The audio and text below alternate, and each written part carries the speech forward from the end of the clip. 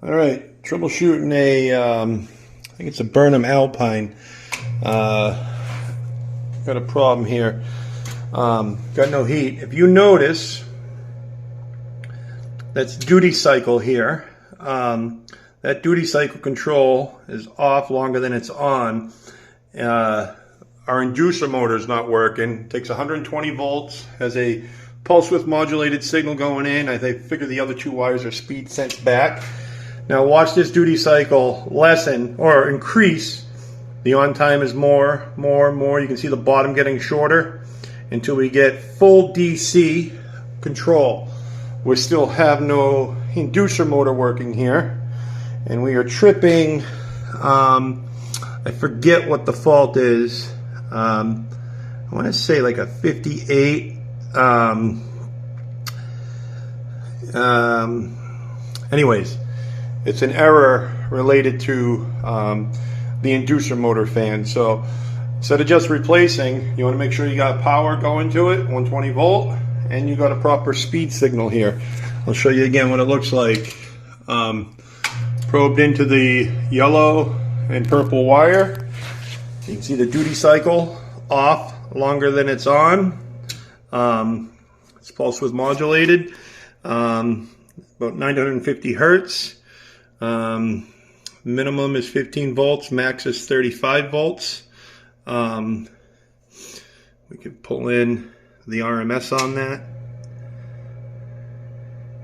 and you'll see we go straight to DC. I'll tell you what the DC is on this right there. Let's pull in measurements on this. Measurements, clear all, channel 3, let's go RMS. It's 35 volt signal. So now it's calling 100% speed. I would think once I get this working, we'll be able to see a speed signal back on that white and blue. So instead of just being a parts changer, that's a $700 part from the supply house right there. So we'll get it changed. Oh, buddy. What have I done?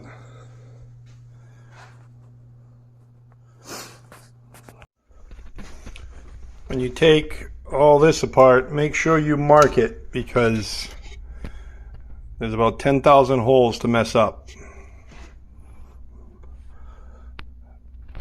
Messed this up on another one, and it took forever to figure it out. All right, she's all fixed. That's the square wave. So before we were looking at pulse width modulation on yellow and purple, which was the speed input signal. I had a guess that the white and blue was the speed back for the speed control. I wish they would just use a regular old motor with 120 volts in and run it full blast. So you're looking at the speed sense return, the motor's working, unit's working, heating up. And now I'll probe the speed control here. Hold on one second. Let me put this in here. I'll back probe that. And we'll back probe that. Okay, auto. And I'll shut off my blue trace here. I'll bring that up. And that's speed shaft. And never mind where it says camshaft. On this scope you can name the label there. So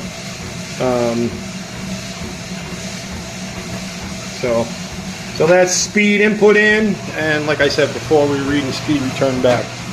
So that's what you need for that inducer motor. A pulse width modulated signal, full speed will be 100% duty cycle.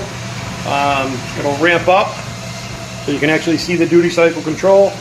And then white and blue is just your speed reference back. So two square waves. This square wave,